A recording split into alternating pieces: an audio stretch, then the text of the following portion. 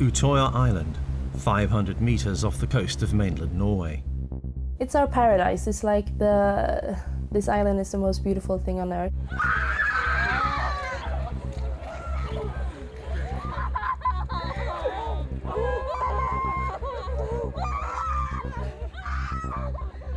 On Utoya, children, the youngest 14, group leaders in their early 20s, and mentors. A man called Anders Behring Breivik wanted to kill them, one at a time. The paranoid schizophrenic had 654 from whom to choose. These children were like sitting ducks. There was nothing they could do. When he started to shoot, everybody just ran everywhere in the cabin, screaming and shouting, and there was chaos inside. And I was just under the bed, but I thought, oh my God, he's going to get in. He can hear that so many people are inside. The text messages were saying like, there's shooting out here, I'm hiding, I'm underneath a table, I see dead people around me, my friend has been shot, I love you, I love you, I love you. In the water that day, a group swimming for their lives. When I saw that he was aiming for us, I thought that I'm going to swim normally and hope that if he hits me, I hope that I die and I die quick. I don't want to suffer. Anders Behring Breivik, blonde, middle class, what he might call Aryan. Behind the appearance, what was going on inside the mind of a serial killer.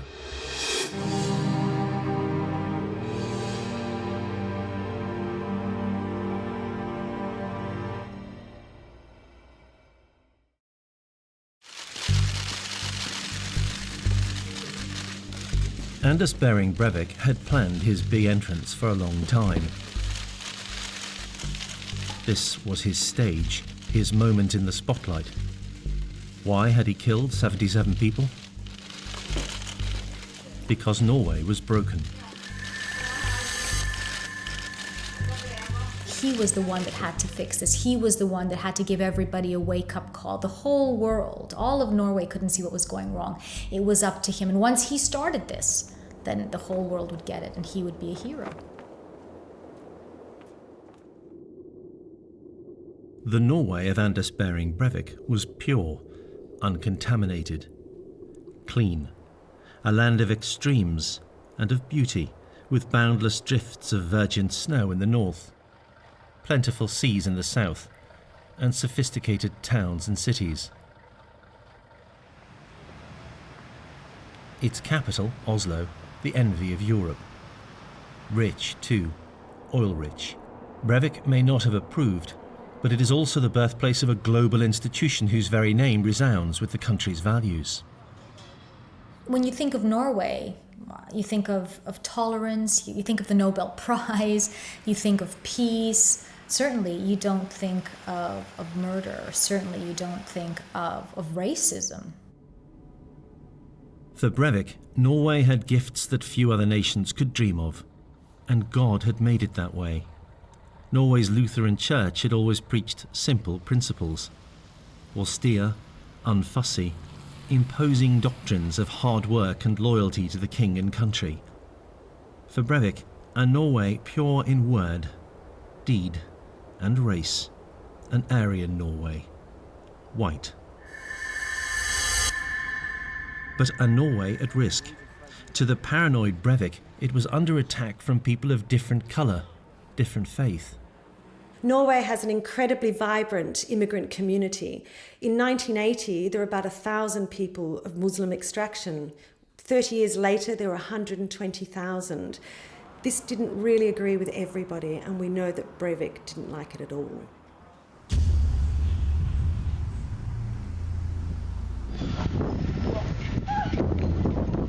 There is not liking something, and then there's detonating a bomb in the heart of a city before deciding 69 times later that day to take aim and kill a person.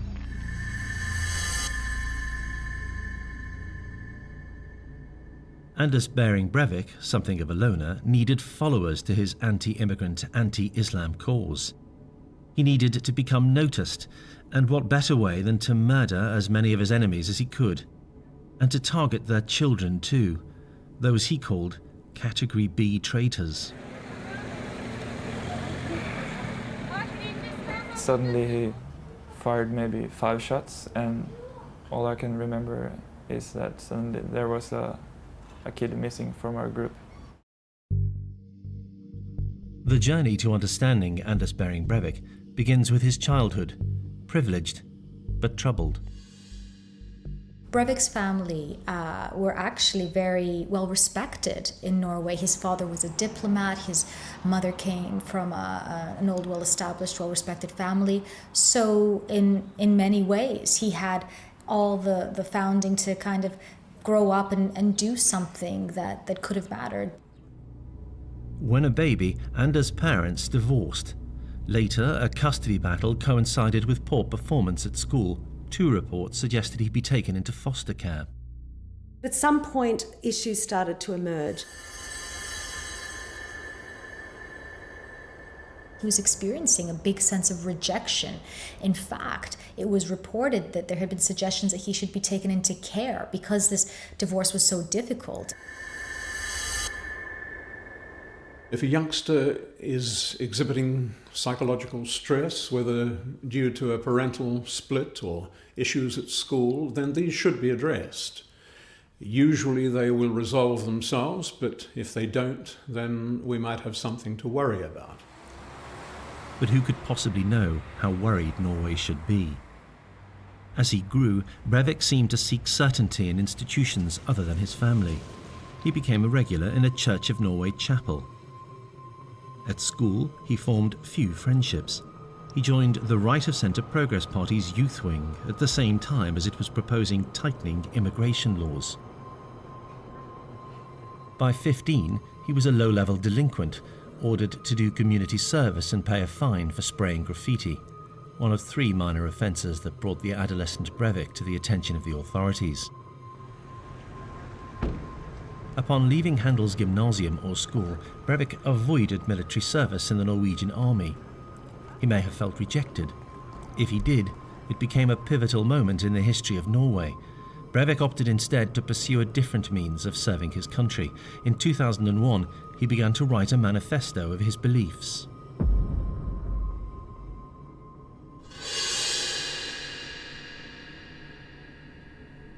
Breivik establishes 2 separate lives, the official one that is known to his friends, and a darker side in which he is writing a manifesto of hate against Islam and against the immigrants in his country, and promoting himself as a successful businessman, and when in fact he is a failure living at home with his mum.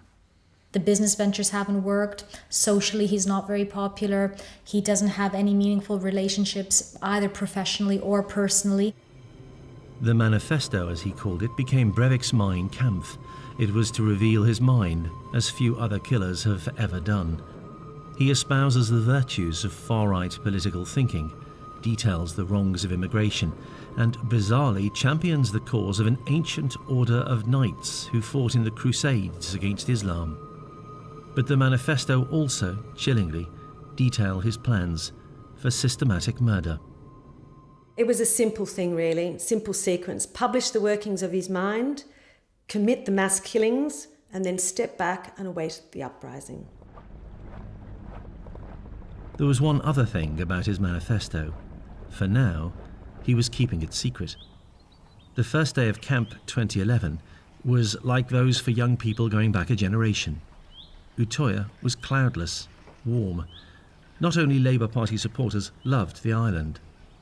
I was there with an organisation called Nature and Youth, and the island very much reflected exactly that. It was awfully idyllic. It's the kind of vacation you never ever want to end, you know. You just think that I want to live here forever and ever, and the world would be only a peaceful place if everybody would get the chance to spend a week here. Breivik was on his way to the island paradise, the place of peace. If anyone had been able to read his manifesto, they would know he didn't feel the same way about Utoya, or those currently on it.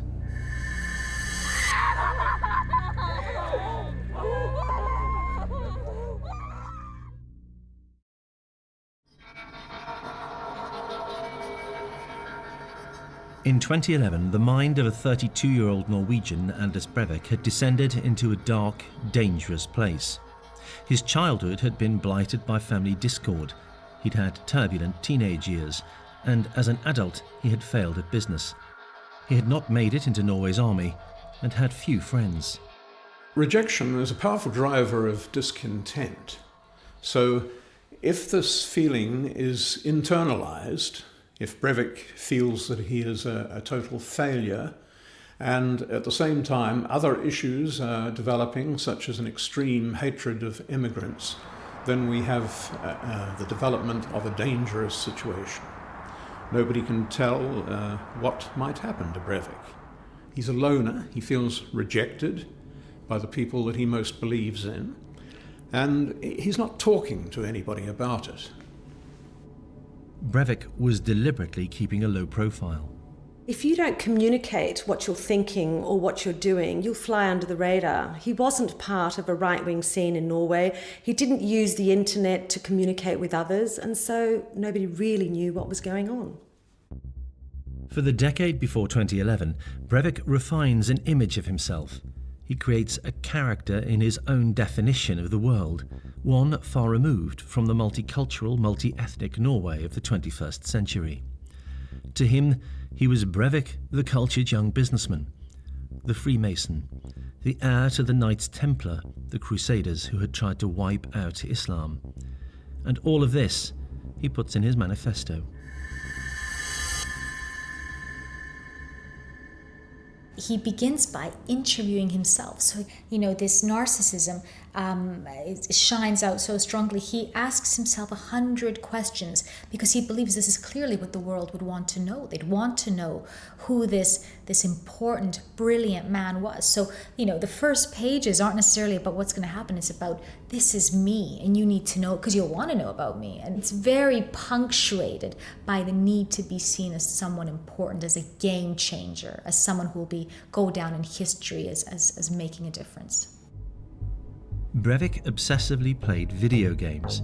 Records show him spending hundreds of hours a year online playing World of Warcraft. In it, he embarked on missions and quests, crusades. He borrowed from its iconography in his manifesto. He had some very specific drawings for how his tomb should look. A Knights Templar construction with columns and gold lettering. He had this kind of fantasy land that he lived in, of the fatherland Norway battling the communist hordes. It's strange to think how he came to arrive at the age of 30 with this extremely warped view of the world, a sickness in his mind that just grew and grew and grew. In Breivik's world, there are the bad guys, and there are those who kill them, the good guys, like him. Someone who's very narcissistic like that can't say, well, it's my fault. It's my fault. Maybe I should have made different choices. Maybe if I go back to school, there's something I can do. They won't think about it constructively. They'll fester, they'll get quite angry, and they'll think, well, whose fault is it? And it's always easier to blame other people. And what better than to blame something that historically happens time and time again? We blame the minority, we blame the other, we blame institutions, people that seem to be getting on. And for Breivik, it was the political establishment and the Muslim minority in Norway. They were at the center of his hate. They were the cause of who he had become. Obviously, if you are an immigrant to Norway, you are a target. But he was also angry with others, the politicians that he saw as responsible for the immigrants being there, particularly politicians of the left.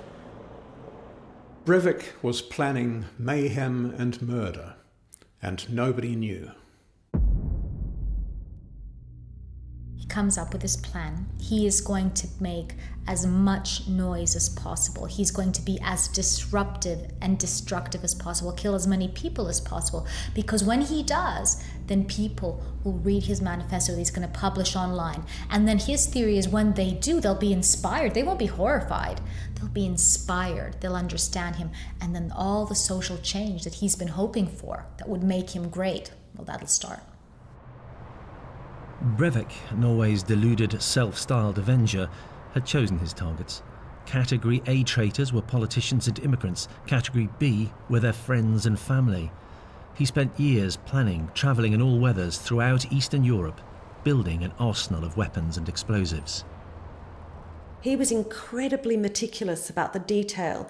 He made sure that, again, he flew under the radar, military-grade hardware, but bought over periods of time from different places. He made sure that he bought them outside of Norway. And it was the same with the chemicals. He had to amass amounts of chemicals that he needed to create these bombs, but he did it over 3 years. Meticulous planning, always outside Norway, so the authorities ignored him. On July 22, 2011, staff were arriving at government offices in Oslo city centre. Ivan Thorsen, a keen amateur footballer, was training to be a lawyer in Oslo. That day, he had a date. I was walking back from work and I was supposed to meet my girlfriend in the town. Norway's national newspaper, VG, has its offices adjacent to the government district. That day was like any other to veteran reporter John Magnus. I've been covering, conflicts and earthquakes and tsunamis and stuff for 40 years. And I'm not that easy scared. For news editor Marius Teitler, a Friday, also like any other. I was on duty as a news editor in our newspaper. We were just finishing our meeting where we were planning our weekend editions. Around the corner from them, Anders Breivik had put in motion the plans of a decade. For the image-obsessed Breivik, those plans began with dressing the part. In his mind, the moment he puts on those black military clothes and gets in the car and decides to do it, that's his moment of transformation from Breivik the failure to Breivik the warrior.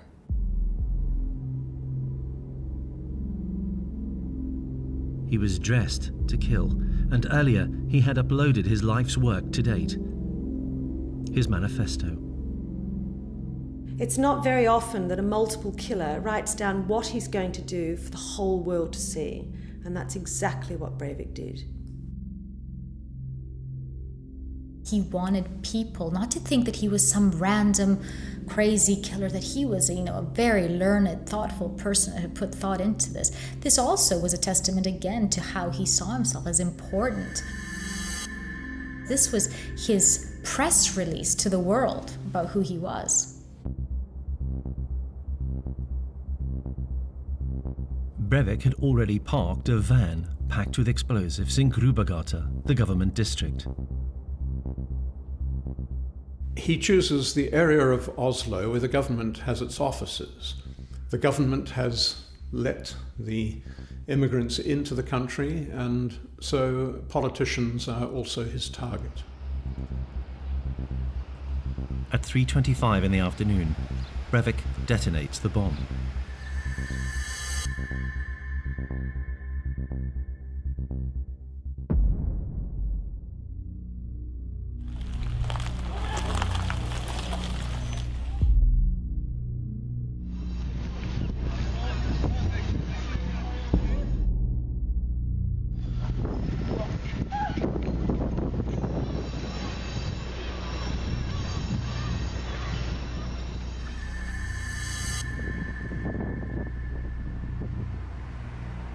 The first thing I remember is a thunder, or what I thought was a thunder, that turned out to be the bomb attack in the center of Oslo. I was sitting at work and finishing up a reportage, and we just heard like a huge bam, and it was reported to be horrible weather that weekend, so we thought, okay, now it's starting. And then we started getting reports in that there had been a bomb in the center. I was walking down the pavement at Grubagata when suddenly I heard a huge bang, and I saw flames coming into my right-hand side. We can feel and hear this big blast. was, sitting on the front desk in my office, sort of minding my own business, and suddenly it's boom. Anders Behring Breivik, product of a broken marriage, army reject, failed businessman, delusional adherent to a medieval cause who up to the age of 30 spent most of his time at home with mum, who hated Islam, immigrants and Norway's leftist politicians, had left the world of fantasy and video games and was causing misery, terror, death. He is a mission killer. He's doing God's work. He believes that he has the right to go out there and slaughter a whole lot of innocent people. I could see a lady just 10, 15 meters from me. And yeah, or there wasn't a whole body, there were parts of a body. So yeah, that was horrible to see. We looked up to this main building in the government district where the Prime Minister has his offices, and the building was totally damaged. All windows were blown out. There were people screaming, crying, but in the middle of the screaming and crying, it was dead silence in a way. I mean, it was just very, very scary. I saw people, kind of walking about, bleeding, people lying on the sidewalk, bleeding. I went for a walk around the government block, like a 5 minutes thing. I saw dead people there. I saw a guy hanging out from a window in one of the ministries. He was lifeless.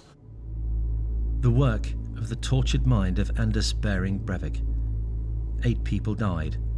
On the operating table, Ivan Thorsen was hallucinating under the influence of the drugs that he'd been given. I heard in the background, damn, we lost him. And I was lying there in the darkness, and I was convinced that I'm dead now. And I thought to myself that I really wanted to get more of my life, and this is so unfair. And I was actually really mad. Breivik had carried out his spectacular. The world did now want to know about who had carried out the atrocity. It was assumed the worst was over. I definitely thought that it was just one incident that happened. I had a hard time believing that this had even happened. And once it had, obviously, we're not used to things like this in Norway, so I can only speak for myself, but I definitely thought that then it was over. I may be too stupid, but I thought, this happens once, it doesn't happen twice. But that was to be ignorant of the mind of Anders Behring Breivik, who was on his way to Utoya.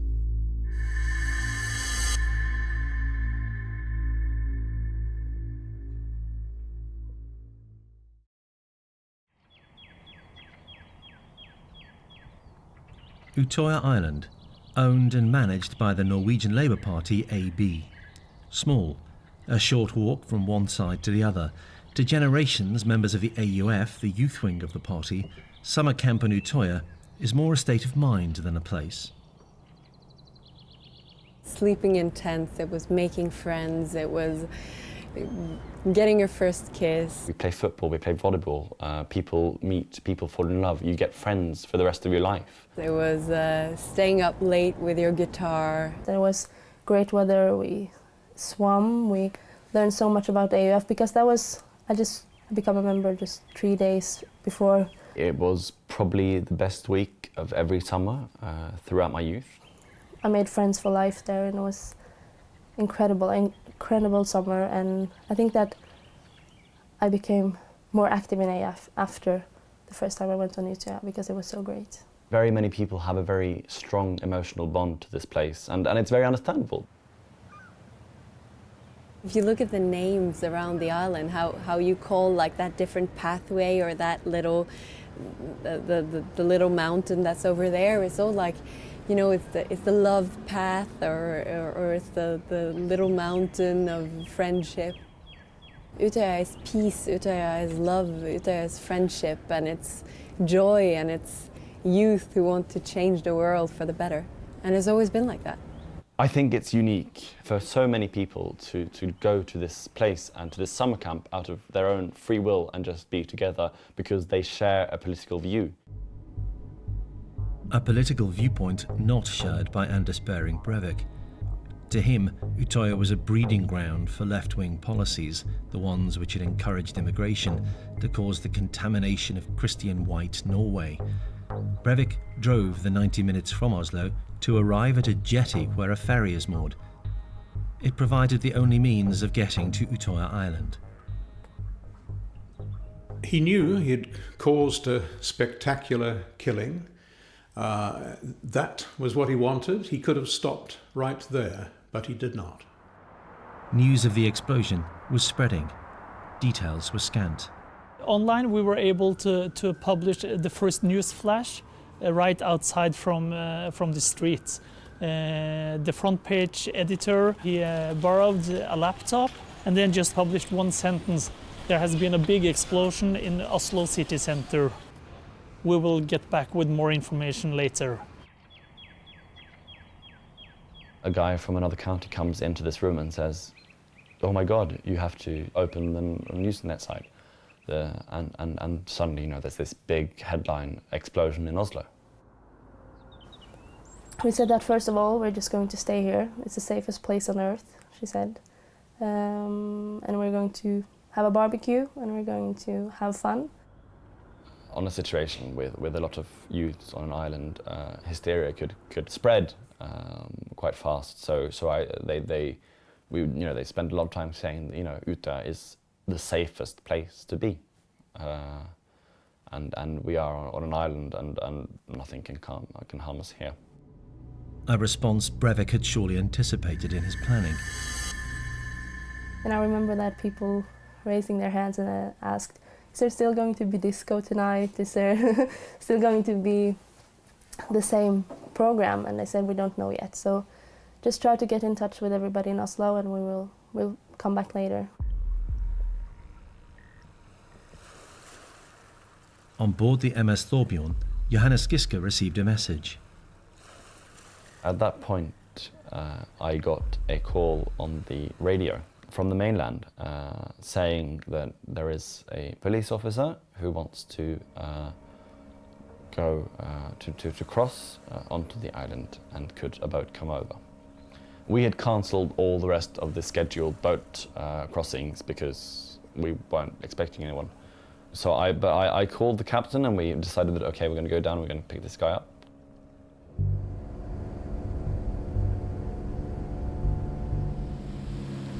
As he approached the mainland, Johannes saw Breivik dressed in what appeared genuine police uniform. Breivik was a man of many uniforms. He was wearing a kind of like a wetsuit. It looked a bit like a wetsuit with body armor or something on his chest, and a handgun on his thigh, and a very large rifle. And he had this very, very heavy box, black, kind of hard case, which someone helped him to carry onto the boat. He had these iPod headset that I thought was a bit strange, because, you know, this is the heaviest police in Norway. Has to be, you know, they're coming here to protect us, and why are they using iPods? But, you know, I thought, who am I to judge? You know, this could be some top secret, fantastic contraption they use to communicate with each other or something. In fact, in his manifesto, Breivik had written that he would need to listen to his iPod as he began shooting to drown out the noise of any screaming. It might affect his resolve. The ferry slowly made its way to Utoya Island before docking 100 yards from the main reception hut. When the captain left, he said, okay, but if you leave, you have to lock the boat. We never did that, but now he said, lock the boat, because, you know, this is strange, something is happening. And it is while I'm doing this, while I'm trying to lock this boat, that I hear gunshots for the first time.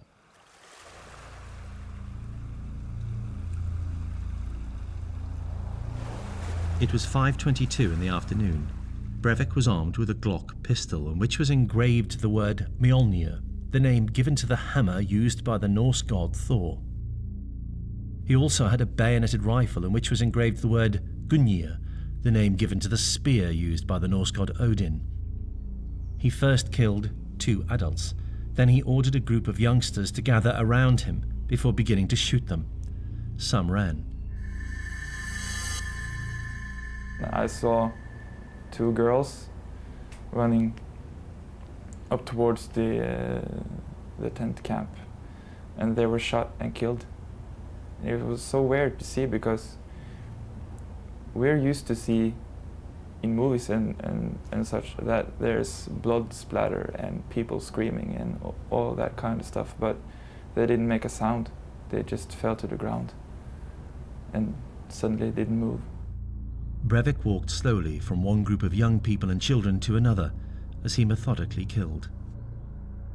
He wore headphones and he would go from cabin to cabin, from tree to tree, literally picking off people the way that he'd probably done 1,000 times before in his games. And one wonders if that's how he played the games. Was it, getting into that mindset of, it may be that he was drowning out the cries and the sounds, but I wonder if it was just something that improved his shot. It was just getting into that game that he was good at.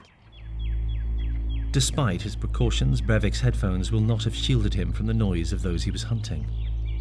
It's likely that between tracks on his iPod, he could hear the kids. They were screaming, they were running, they were terrified, but on he went.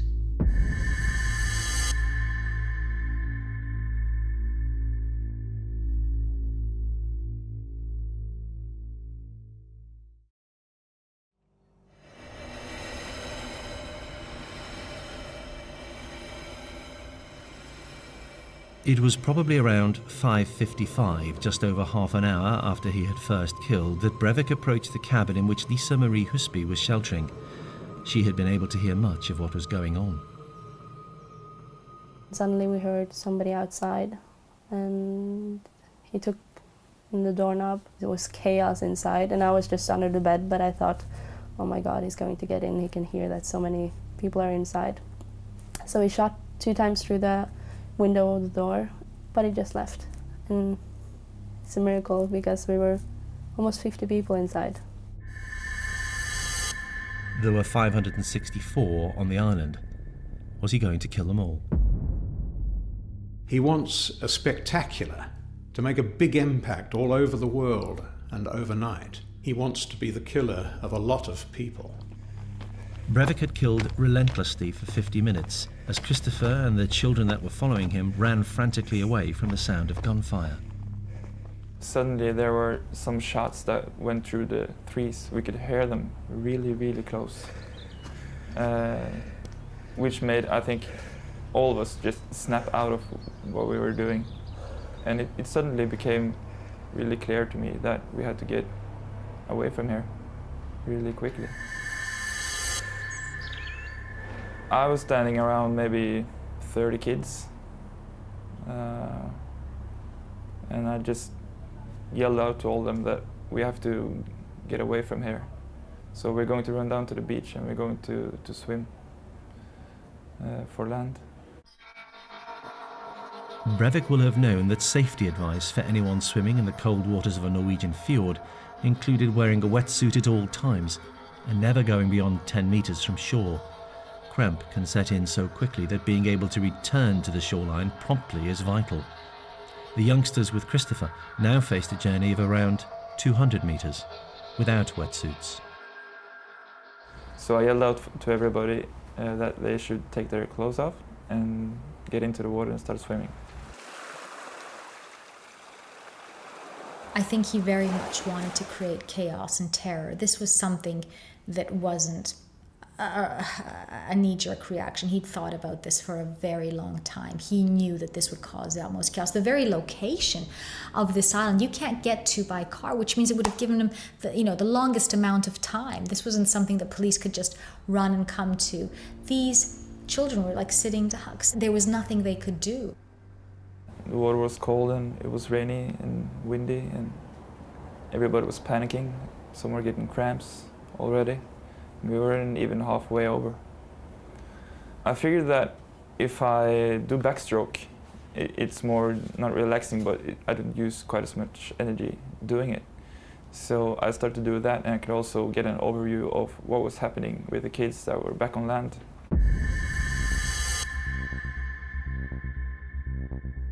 Just as I figured out that, he took up his rifle and he shot the kids that didn't want to swim. Because at the point there was no place to hide at all, it was all open. Few serial killers get to kill as many times as Breivik, but on that island he took a conscious decision. He looked out, he took aim, and he killed 69 times.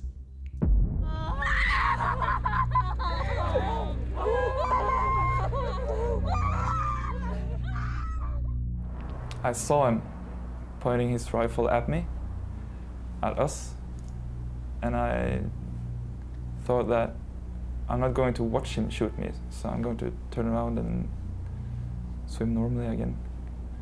And if I die, I hope I die quickly. And he fired some shots. I tried to keep my head low, so I was a bit underwater and stuff. But suddenly there was a kid missing from our group. I didn't know where he went. Perhaps tired, perhaps he felt enough victims had been claimed, but at 6:25 he stopped shooting and reached for his mobile telephone. Ja, god dag, min her. Kommandør Anders Behring Breivik i den norske antikommunistiske motstandsbevegelsen. Jeg er på Utoya for øyeblikket. Jeg ønsker å overgi meg. Ok. Hvilket nummer ringer du fra? Jeg ringer fra mobil. Du ringer fra din mobil? Ja. Det er ikke min mobil, en annen. En annen. Hva heter du for noe? Hallo? Hallo? Then there comes a moment where he stops. He feels that his mission is complete, and he calmly picks up the phone, calls the police, says, I am Commander Breivik. I'm finished my mission. You can come and get me. So at no time does he see himself as someone who has perhaps caused one of the most horrific attacks of recent memory. He sees himself as a commander, as a leader, as someone who has to do this to wake people up.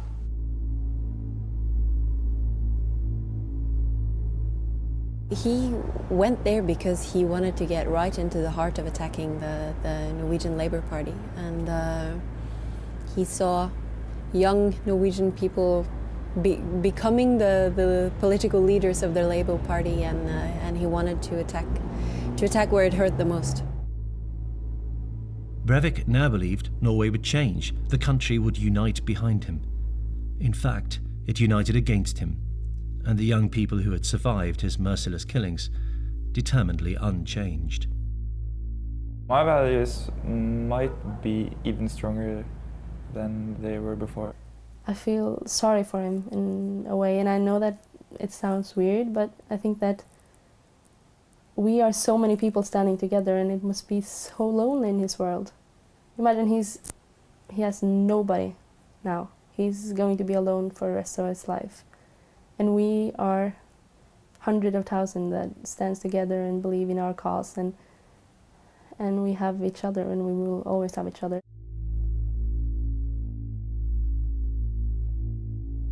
I just see him and he's there, and yeah, I want to feel a sort of hate to him, and I feel, of course, a bit hate, but it's empty. It's empty inside of me.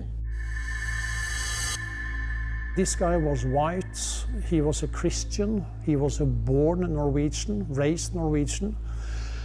I guess at least we have learned that evil doesn't necessarily need to come from outside. It might be among us. Is Breivik a serial killer? To be considered by criminologists as one, Breivik would have struck in Oslo, then disappeared from the scene, only to resurface later. But his was a plan which sought maximum and immediate impact. Victims would need to come thick and fast. Nevertheless, he may well qualify in this appalling category of killer. This is not just the act of a spree-killing madman. It is a series of murders. He might have stopped at Oslo, he might have stopped at the ferry, he might have stopped after the first cabin that he shot into.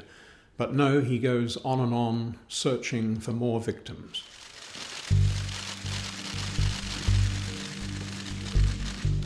Psychologists interviewed Breivik for many hours. Their lengthy findings concluded that he was a paranoid schizophrenic and had been since at least 2006, but that he was sane throughout the day that he killed 77 people. Breivik was eventually sentenced to 21 years in prison, but is unlikely ever to be released. Unusually, we know much of what was going on inside his mind and about his life. Yes, he experienced the trauma of divorce, but so many kids do. Yes, he experienced the difficulty of not fitting in. A lot of people do. Yes, he wasn't successful in his job. Almost all of us at some point have to experience failure. In and of themselves, these things couldn't have made him who he was. But it was like a perfect storm at every point of his life, whether it was rejection, whether it was a feeling that he didn't belong, whether it was a projection onto a minority, whether it was his narcissism, whether it was his biochemistry, everything came together.